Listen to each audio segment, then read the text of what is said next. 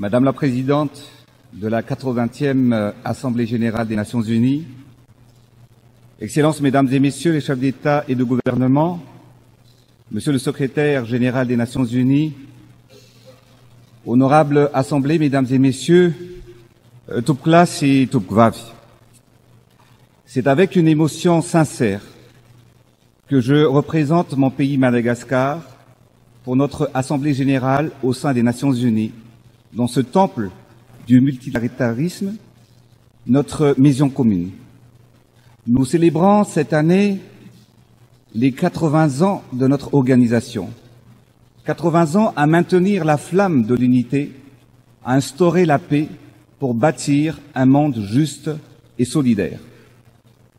80 ans de l'ONU représentent une étape et non pas un aboutissement.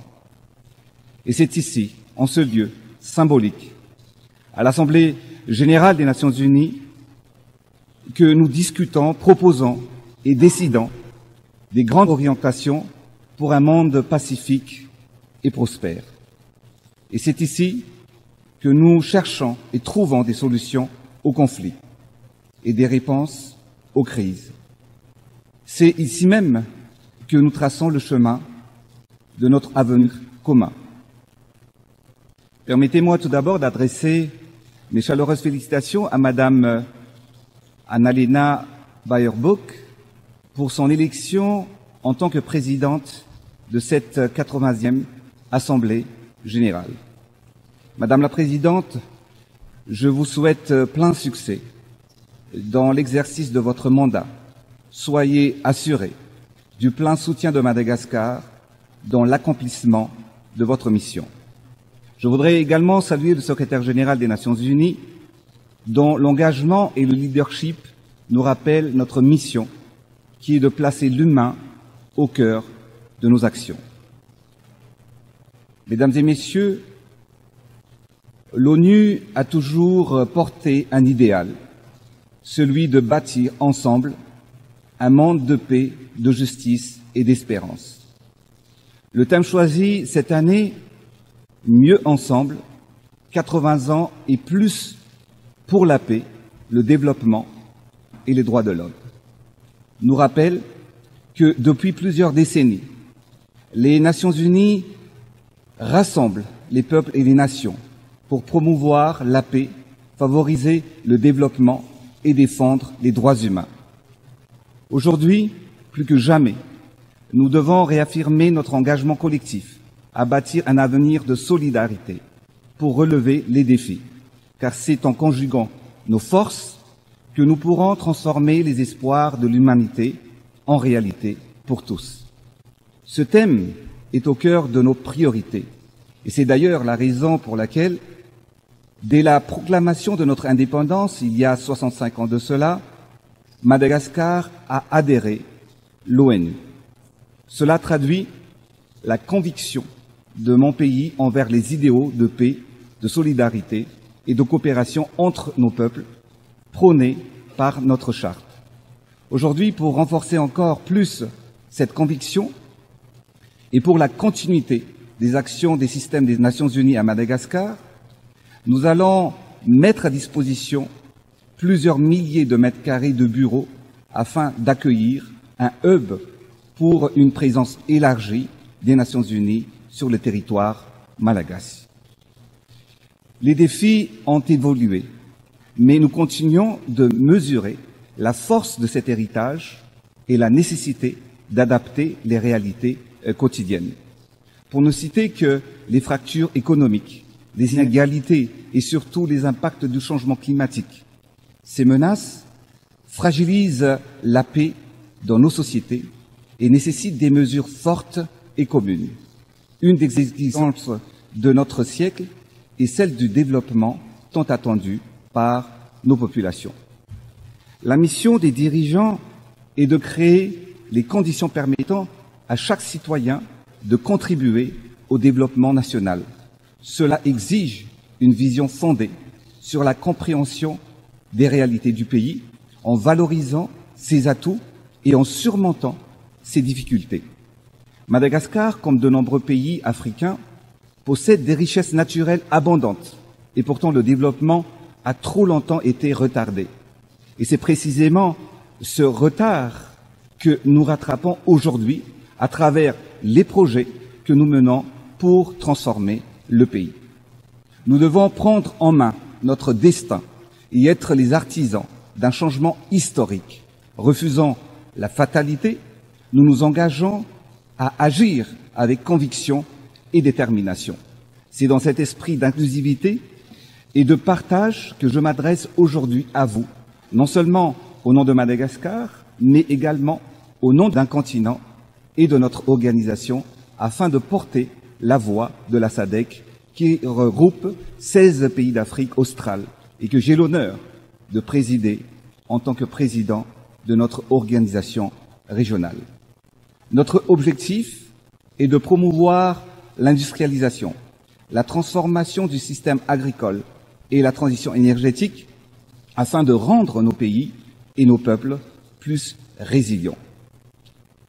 Clair et tourné vers l'avenir, c'est l'objectif traduit notre ambition commune de renforcer nos économies, valoriser nos ressources et assurer le bien-être de nos populations. C'est un pacte, un engagement, c'est la feuille de route d'une région qui veut écrire son destin de ses propres mains et pour ses peuples. Aujourd'hui, dans le monde où nous vivons, les guerres se présentent sous plusieurs formes. Il y a des guerres armées, visibles et sanglantes, qui détruisent des infrastructures, des villes entières et arrachent même des vies à des innocents. Mais il y a aussi la guerre contre la pandémie, comme celle de la Covid-19, que nous avons affrontée ensemble. C'était une bataille mondiale qui a coûté la vie à plus de 14 millions de personnes. Et actuellement, il y a une guerre sous une autre forme, la guerre économique et commerciale, plus silencieuse, mais qui pourrait être destructrice, car son impact pourrait priver des millions de personnes d'un revenu, d'un emploi et d'un avenir. Qu'est-ce que cette guerre a tous en commun? Elle tue directement ou indirectement. Elle fragilise nos sociétés et elle menace la paix et la dignité humaine. C'est pourquoi nous devons être vigilants. Aujourd'hui, un sujet au cœur de l'actualité nous touche particulièrement, car parmi les 16 pays composant la communauté de la SADC, qui est la communauté de l'Afrique australe, 14 sont bénéficiaires du programme de l'AGOA. L'AGOA, je le rappelle, est une initiative américaine qui offre aux pays africains un accès préférentiel au marché des États-Unis en favorisant les exportations sans droit de douane et en stimulant les échanges commerciaux. Et seulement pour la région de la SADC, cela représente 358 000 emplois directs qui sont aujourd'hui menacés, dont 60% dans le secteur textile et le reste réparti dans divers secteurs. Le non-renouvellement de l'AGOA engendrait des conséquences sociales profondes. L'employabilité des milliers de jeunes et l'élan économique de nos nations seraient menacés. Car aujourd'hui, grâce à l'AGOA, les pays de la SADC exportent plus de 11 milliards de dollars par an vers les États-Unis. Derrière ces chiffres, plus de 1 700 000 de personnes sont touchées. Donc, si l'AGOA disparaît, ce sont plus de 700 000 emplois directs et indirects qui pourraient être perdus dans la région de l'Afrique australe uniquement. Alors que derrière chaque emploi, il y a une mère qui nourrit ses enfants, il y a un jeune qui poursuit ses études, il y a une famille qui garde espoir. Alors l'AGOA n'est pas une simple loi commerciale, ce sont des visages, des vies, des communautés entières qui se battent chaque jour pour leur dignité. C'est pourquoi, en tant que président en exercice de la SADC, je demande solennellement l'extension de l'AGOA afin d'éviter des conséquences économiques et sociales désastreuses. Je lance donc un appel à nos partenaires américains, faisant ensemble le choix de la stabilité, le choix de l'espoir et le choix de la dignité. Je plaide pour la poursuite d'un partenariat durable entre les États-Unis et le continent africain. Préserver l'AGOA, c'est préserver la paix sociale dans les pays qui en dépendent. C'est également protéger 20 années de progrès et garantir un avenir meilleur à nos familles et à notre jeunesse. Nous voulons des échanges justes, un partenariat équitable et une prospérité partagée. Nous évoquons ici, dans le concert des nations, la paix et la sécurité. Ainsi, la solidarité entre les nations ne devrait pas juste être des promesses et des discours, mais doit se traduire par des engagements qui garantissent le quotidien de millions de familles à travers le monde. Excellences, Mesdames et Messieurs, Madame la Présidente, notre vision est claire. Développer notre pays à travers la promotion de l'industrialisation. Produire et transformer localement tout ce dont la population a besoin. Réduire les importations. Innover, bâtir des usines et des chaînes de valeur capables de créer des emplois décents et durables. À Madagascar, depuis les 5 dernières années, nous avons emboîté le pas en installant des infrastructures et des parcs semi-industriels sur tous les territoires afin de stimuler la croissance. Je crois fermement que le développement passe par l'investissement en misant sur le potentiel de chaque pays, son capital humain et la volonté politique de ses dirigeants. Par ailleurs, la transformation agricole est la clé pour combattre la pauvreté, car notre souveraineté alimentaire est le socle de notre indépendance économique. Alors, plantons aujourd'hui les graines de la prospérité et de l'autonomie pour que demain nos peuples se nourrissent elles-mêmes. À Madagascar, dans le domaine de l'agriculture, nous avons soutenu la transformation et la valorisation des produits locaux.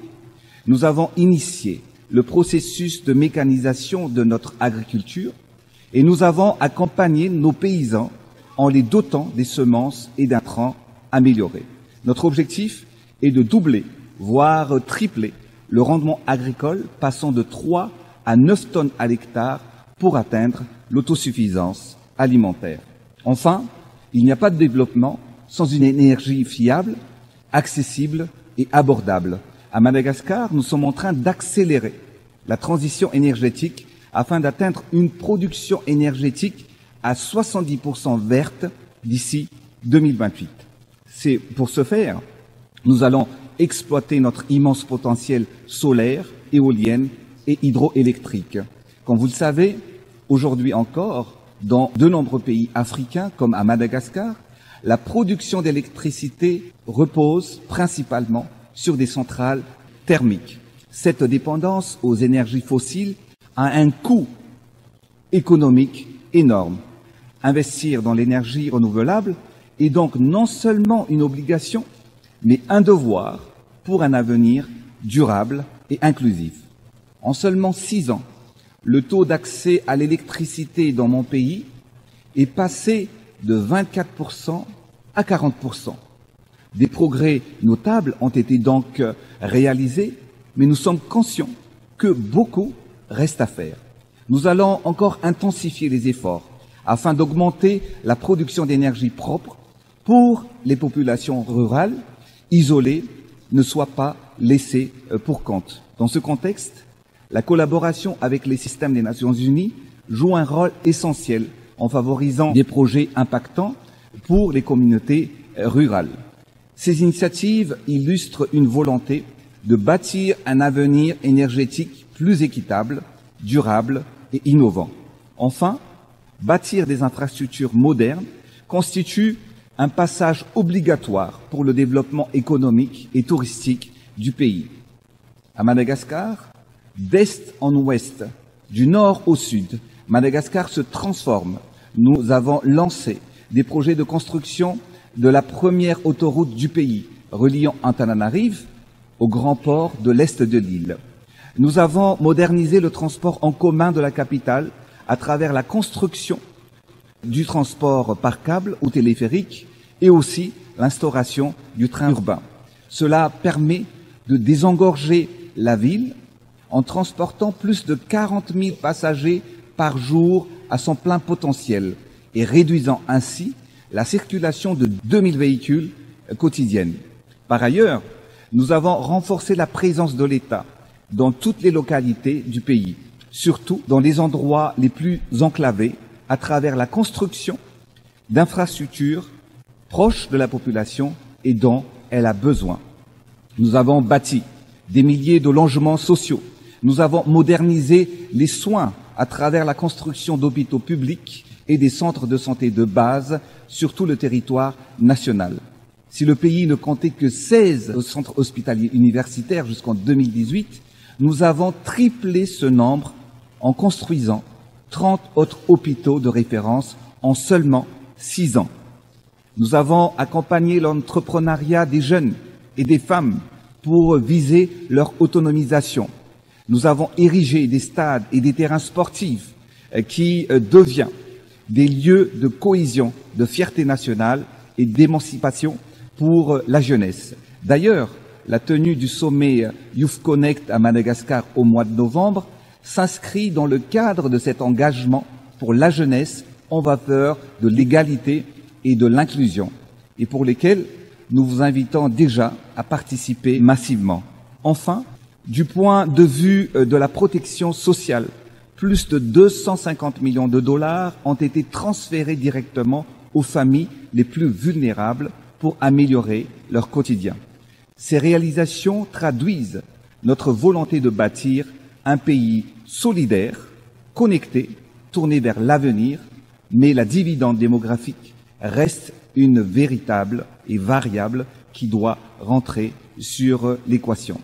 Nous devons changer la structure de la population, car la croissance démographique actuelle n'est pas proportionnelle à la croissance économique. Dans certaines régions, de jeunes filles de moins de 18 ans sont déjà mères de famille et la majorité des femmes se retrouvent en moyenne avec 5, voire même 8 enfants à leur charge. Elles ont plus de difficultés à les nourrir, les élever, les soigner et les éduquer correctement. C'est pourquoi nous avons intensifié le programme de planning familial pour maîtriser la naissance et transformer la population actuelle dépendante en une population active, économiquement productive. La démographie deviendra pour Madagascar un atout et non plus un frein au développement. Excellences, Mesdames et Messieurs, Madame la Présidente, nous voulons offrir un avenir meilleur à nos enfants.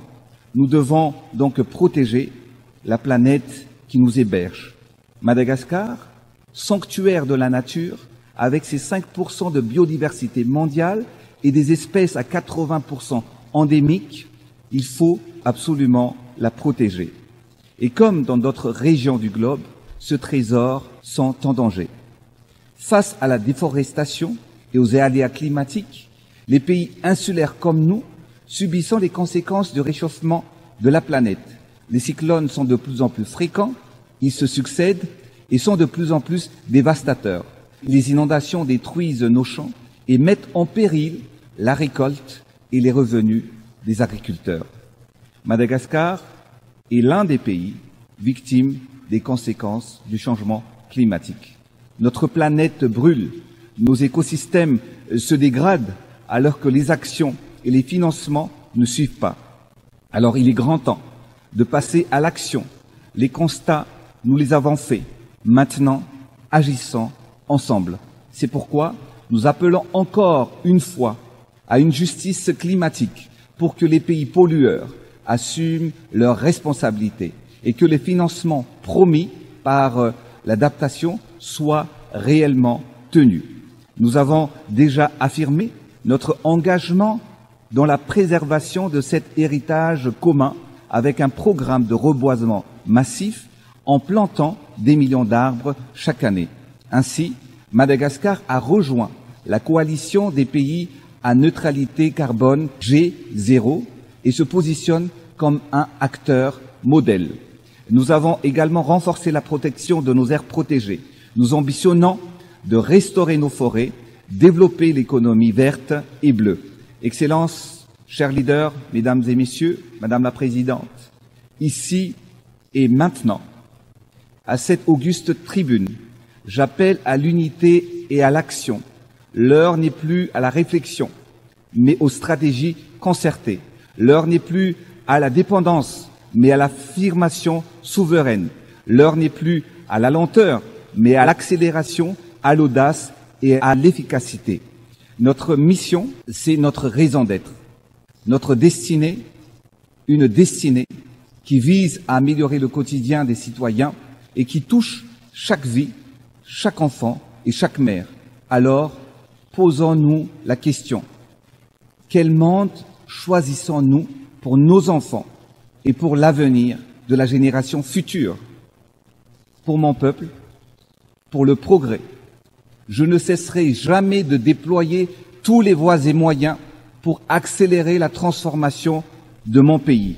Aller plus vite, aller plus loin, avec courage et avec espoir. Oui, la tâche est immense et l'attente de la population est grande. Mais nous savons une chose, la division n'est pas une solution. L'affrontement engendre l'instabilité. Alors, choisissons l'unité, choisissons la solidarité, choisissons de bâtir plutôt que détruire, car chaque enfant a le droit de rêver et que chaque peuple a le droit d'espérer. Alors, avançons unis, debout, ensemble, avançons vers le monde que nous voulons. Je rêve pour mon pays, pour Madagascar, pour l'Afrique australe, pour le continent africain et pour toutes les voix encore peu entendues d'un avenir où la paix l'emporte sur la guerre, où le développement profite à chaque être humain, où les droits fondamentaux ne soient jamais négociables et où la nature soit préservée comme notre héritage le plus sacré. Ainsi, oui, nous serons mieux ensemble pour la paix, pour le développement et pour les générations futures, car l'histoire nous a appris que lorsque nous choisissons l'unité, nous faisons reculer l'instabilité. Lorsque nous cultivons la solidarité, nous faisons germer la prospérité, pour que les 8 prochaines décennies soient marquées par une gouvernance mondiale plus juste, plus inclusive et plus efficace. Vive les Nations Unies, vive la coopération entre les peuples, vive Madagascar, Samit Sikareta Utaina de Manta, que Dieu nous bénisse. Merci de votre attention.